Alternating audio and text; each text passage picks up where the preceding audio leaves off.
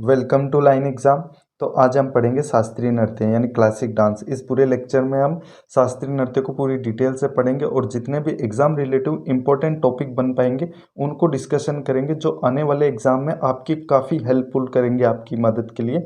और exam relative इतने important है कि एग्ज़ाम में आने की पूरी पूरी संभावना आप देखोगे। जैसे ही मैंने इन टॉपिकों को डिस्कशन करूँगा तो आपको खुद को भी एहसास हो जाएगा कि वाकई में एक अच्छे टॉपिक से मैंने बहुत इंपॉर्टेंट जो टॉपिक बनते हैं शास्त्रीय नृत्य से उनको डिस्कशन किया बड़ी बारीकी से। तो आप आगे देखना इन शास्त्रीय नृत्य के बारे में। तो आइए स्टार्ट करते हैं शास्त्रीय नृत्य को। तो भरत मुनि ने अपनी पुस्तक जो नाट्य शास्त्र पुस्तक लिखी थी वो, और आचार्य नंदिकेश्वर द्वारा जो रचित अभिदर्पण में शास्त्रीय नृत्यों का उल्लेख मिलता है। तो नाट्य शास्त्र और अभिदर्पण में क्लासिक डांस यानी शास्त्रीय नृत्यों का उल्लेख मिलता है। जो नाट्य शास्त्र पुस्तक लिखी गई थी वो भरत मुनि ने लिखी थी, और अभिनय दर्पण आचार्य नंदिकेश्वर द्वारा रचित की गई थी। अब भारतीय नृत्य परंपरा में शास्त्रीय नृत्यों की 4 शैलियाँ प्रचलित है। कितनी शैलियाँ प्रचलित थी परंपरा में? पहले 4, जिनमें पहला है कथक, दूसरी है कथकली, तीसरी है मणिपुरी और चौथी है भरतनाट्यम। फिर उसके बाद में जोड़े गए कुचिपुड़ी, मोहिनीअट्टम, ओडिसी और सत्रिया, यानी कुचिपुड़ी, मोहिनीअट्टम, ओडिसी और सत्रिया नृत्य को बाद में जोड़ा गया। इस प्रकार भारत में वर्तमान में कितने शास्त्रीय नृत्य हैं? 8 शास्त्रीय नृत्य हैं।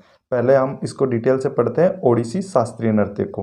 तो इस नृत्य को पुरातात्विक साक्ष्यों के आधार पर सबसे पुराने जीवित नृत्यों के रूप में से एक माना गया है। यानी सबसे पुराना शास्त्रीय नृत्य कौन सा है? ओडिसी शास्त्रीय नृत्य। ओडिसी शास्त्रीय नृत्यों का उल्लेख शिलालेखों में मिलता है। इसे ब्रह्मेश्वर मंदिर की शिलालेखों में भी दर्शाया गया है, और साथ ही कोणार्क के सूर्य मंदिर के केंद्रीय कक्ष में इसका उल्लेख मिलता है। तो सूर्य मंदिर में किसका उल्लेख मिलता है? कोणार्क के जो सूर्य मंदिर है उसमें ओडिसी शास्त्रीय नृत्य का उल्लेख मिलता है। अब देखिए आप नेक्स्ट, ओडिसी शास्त्रीय नृत्य में भगवान विष्णु के 8वें अवतार कृष्ण का के बारे में कथाएं बताई जाती है। तो ओडिसी शास्त्रीय नृत्य है उसमें किसकी कथाओं का वर्णन किया जाता है? तो वो भगवान विष्णु है, उनके 8वें अवतार जो कृष्ण है उनके बारे में कथाएं बताई जाती है। इस नृत्य में ओडिशा के प्रवेश तथा इसके सर्वाधिक लोकप्रिय देवता भगवान जगन्नाथ की महिमा का ज्ञान भी किया जाता है। अब देखिए नेक्स्ट, ओडिसी शास्त्रीय नृत्यों के प्रमुख कलाकार, जिनमें पहली है संयुक्ता पणिकर है, दूसरी है केलुचरण महापात्रा, तीसरे हैं सोनल मानसिंह और चौथा है कुमकुम मोहंती, और पांचवी है आनंदिनी दास अर्जेंटीना से, और शेरोन लोवेन। ये इसके प्रमुख कलाकार हैं, जिनमें से आपको सोनल मानसिंह और संयुक्ता पणिकर है, इन दो का नाम इंपॉर्टेंट है। कई बार एग्जाम में पूछा जा चुका है कि सोनल मानसिंह किस शास्त्रीय नृत्य से संबंधित है? तो वो ओडिसी शास्त्रीय नृत्य से संबंधित है। तो ओडिसी शास्त्रीय नृत्य से संबंधित है सोनल मानसिंह और संयुक्ता पणिकर है। अब देखिए नेक्स्ट, कथकली शास्त्रीय नृत्य। 17वीं शताब्दी में कोटारकरा तप्पुरान ने रामायणम का आविष्कार किया, और उसी का विकसित रूप है कथकली। तो कथकली किसका जो विकसित रूप है वो रामायणम का विकसित रूप है। यह नृत्य केरल का शास्त्रीय नृत्य है। तो केरल का शास्त्रीय नृत्य कौन सा है? कथकली। एक और नृत्य वो मैं आपको आगे बताऊंगा। इस नृत्य में पुराणों की कथाओं को आधार बनाया जाता है। तो किस नृत्य में पुराणों की कथाओं को आधार बनाया जाता है? कथकली नृत्य में। यहाँ ये याद रखना कि 17वीं शताब्दी में किस शास्त्रीय नृत्य का विकास हुआ है? वो कथकली शास्त्रीय नृत्य का। अब देखिए, ये एक मूकाभिनय है जिसमें अभिनेता गाता और बोलता नहीं है। यानी किस शास्त्रीय नृत्य में अभिनेता गाता और बोलता नहीं है? वो कथकली शास्त्रीय नृत्य से है। अब देखिए, कथकली नृत्य में अभिनय, नृत्य, संगीत 3 कलाओं से मिलकर बनी एक संपूर्ण कला है। तो कथकली नृत्य अभिनय, नृत्य और संगीत तीनों कलाओं से मिलकर एक संपूर्ण कला बनता है। तो ये 3 कला किस नृत्य में प्रचलित है? कथकली शास्त्रीय नृत्य में। नेक्स्ट देखिए, कथकली के साहित्यिक रूप को अट्ठकथा भी कहते हैं। तो अट्ठकथा किसे कहते हैं? साहित्य रूप में किस शास्त्रीय नृत्य को अट्ठकथा कहते हैं? तो वो कथकली शास्त्रीय नृत्य को साहित्य जो रूप है इसका उसको अट्ठकथा कहते हैं।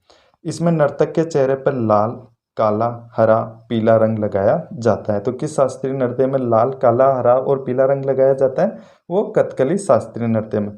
अब देखिए, कथकली के प्रमुख कलाकार गुरु कुंचप कुरुप पसे हैं, कुंगल छतुनी पणिकर हैं, उदय शंकर, कृष्णा नायर और कृष्णा कुट्टी, ये इसके प्रमुख कलाकार हैं। तो इनका नाम आप याद रखना। नेक्स्ट क्वेश्चन है मोहिनी अट्टम शास्त्रीय नृत्य। तो मोहिनी अट्टम शास्त्रीय नृत्य को हम बारीकी से पढ़ते हैं। ये केरल का कथकली शास्त्रीय नृत्य के बाद दूसरा शास्त्रीय नृत्य है। तो मोहिनी अट्टम और कथकली शास्त्रीय नृत्य किस राज्य के हैं? ये दोनों ही केरल राज्य के हैं। मोहिनी अट्टम का अर्थ है लुभाने वाले नृत्य से। ये अकेली महिला द्वारा किया जाने वाला नृत्य है। तो अकेली महिला द्वारा किया जाने वाला कौन सा शास्त्रीय नृत्य है? ये टॉपिक आप याद रखना, मोहिनी अट्टम शास्त्रीय नृत्य है जो अकेली महिला द्वारा किया जाता है। अब मोहिनी अट्टम नृत्य के प्रमुख कलाकार देखिए, जिनमें पहला नाम आता है हेमा मालिनी, विजय लक्ष्मी, पल्लवी कृष्णन, गोपिका वर्मा, जया प्रभा मेनन। एग्जाम में ज़्यादा इन्हीं कलाकारों से क्वेश्चन आता है। ये याद रखना कि हेमा मालिनी किस शास्त्रीय नृत्य से संबंधित है? मोहिनी अट्टम। विजय लक्ष्मी का नाम देकर भी पूछ लेगा, पल्लवी कृष्णन का नाम देकर पूछ लेगा, गोपिका वर्मा का नाम पूछ लेगा, और जयप्रभा मेनन किस शास्त्रीय नृत्य से संबंधित है? मोहिनी अट्टम शास्त्रीय नृत्य से, जो केरल का शास्त्रीय नृत्य है। कथक शास्त्रीय नृत्य। अब कथक के बारे में पढ़िए। तो कथक नृत्य प्रमुख रूप से उत्तर प्रदेश में प्रचलित है। तो कथक जो शास्त्रीय नृत्य है वो किस राज्य में सबसे अधिक प्रसिद्ध है? उत्तर प्रदेश में। और ये उत्तर भारत में भी चलता है, पूरे उत्तर भारत का शास्त्रीय नृत्य भी कहा जाता है।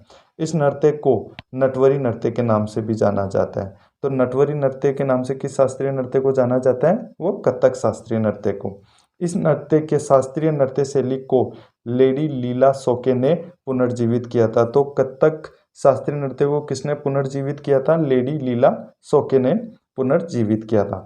महाभारत में भी कृष्ण का जो कथक है उसका वर्णन मिलता है। तो महाभारत में किस शास्त्रीय नृत्य का उल्लेख मिलता है? कथक शास्त्रीय नृत्य का। देखिए नेक्स्ट, मुगलों के काल में ये दरबार में भी किया जाने लगा था। तो एक बार ये एग्जाम में यहाँ से क्वेश्चन बना था, ये टॉपिक ऐसे कैसा उठ के आ गया था कि किस शास्त्रीय नृत्य पर मुगलों का प्रभाव पड़ा हुआ है? तो वो कथक शास्त्रीय नृत्य पर मुगलों का प्रभाव पड़ा हुआ है। अब देखिए आप नेक्स्ट, प्राचीन काल में जो कथक है उसको कुशलीव के नाम से भी जाना जाता था। तो जो कथक शास्त्रीय नृत्य इसका पुराना नाम कुशलीव शास्त्रीय नृत्य था। अब कथक शास्त्रीय नृत्य के घराने देख लीजिए आप। जयपुर घराना ये कथक का सबसे प्राचीन घराना है। फिर लखनऊ, जयपुर घराना, रायगढ़ घराना और बनारस घराना कथक के जो घराने ये हैं, जिनमें से जयपुर घराना सबसे पुराना है। अब कथक शास्त्रीय नृत्य के प्रमुख कलाकार देखिए, लच्छू महाराज, सुखदेव महाराज, सितारा देवी, गोपी कृष्ण, शोभना नारायण, मालविका सरकार, चंद्रलेखा, बिंदादीन महाराज, अच्छन महाराज और नारायण प्रसाद, ये इसके प्रमुख कलाकार हैं। और बिरजू महाराज का तो नाम भी आप स्पेशल याद ही रखना, क्योंकि इनको पद्म विभूषण मिला था 1986 को, और इनकी मृत्यु हुई थी 17 जनवरी 2022 को। जब इनकी मृत्यु हुई थी उसके बाद में जैसे ही एक एग्ज़ाम लगा था, उस एग्ज़ाम में बिरजू महाराज का ये क्वेश्चन आया था कि बिरजू महाराज किस शास्त्रीय नृत्य से संबंधित है? तो वो याद रखना कथक शास्त्रीय नृत्य से। और आने वाले एग्जाम में भी आ सकता है, क्योंकि ये काफ़ी अच्छे कलाकार थे कथक शास्त्रीय नृत्य के। अब देखिए नेक्स्ट, भरतनाट्यम शास्त्रीय नृत्य। तो इस नृत्य शैली का विकास कहाँ हुआ है? तमिलनाडु के अंदर। तो तमिलनाडु का जो नृत्य फेमस है वो कौन सा है? भरतनाट्यम। भरतनाट्यम को पहले सादीर, दासी अट्टम, सादीर, दासी अट्टम और तंजावुरु नाट्यम के नाम से भी जाना जाता है। तो सादीर, दासी अट्टम, तंजावुर नाट्यम के नाम से किसे जाना जाता है? वो भरतनाट्यम को। भरतनाट्यम में जीवन के 3 मूल तत्व जो दर्शन शास्त्र, धर्म और विज्ञान है। तो इसके 3 मूल तत्व हैं इस शास्त्रीय नृत्य के, दर्शन शास्त्र, धर्म और विज्ञान। अब देखिए नेक्स्ट, भरतनाट्यम में शारीरिक प्रक्रियाओं को 3 भागों में बांटा गया है, जिनका पहला नाम है संभंग, दूसरा अभंग और तीसरा त्रिभंग। तो संभंग, अभंग और त्रिभंग, ये 3 जो भरतनाट्यम शास्त्रीय जो शारीरिक प्रक्रियाओं में बांटा जाता है भरतनाट्यम को, वो 3 भाग ये है, संभंग, अभंग और त्रिभंग। देखिए नेक्स्ट, अब भरतनाट्यम शास्त्रीय नृत्य के प्रमुख कलाकार, जिनमें पहला नाम याद रखिए यामिनी कृष्णमूर्ति इसकी प्रमुख कलाकार थी, यानी काफ़ी प्रसिद्ध कलाकार थी यामिनी कृष्णमूर्ति।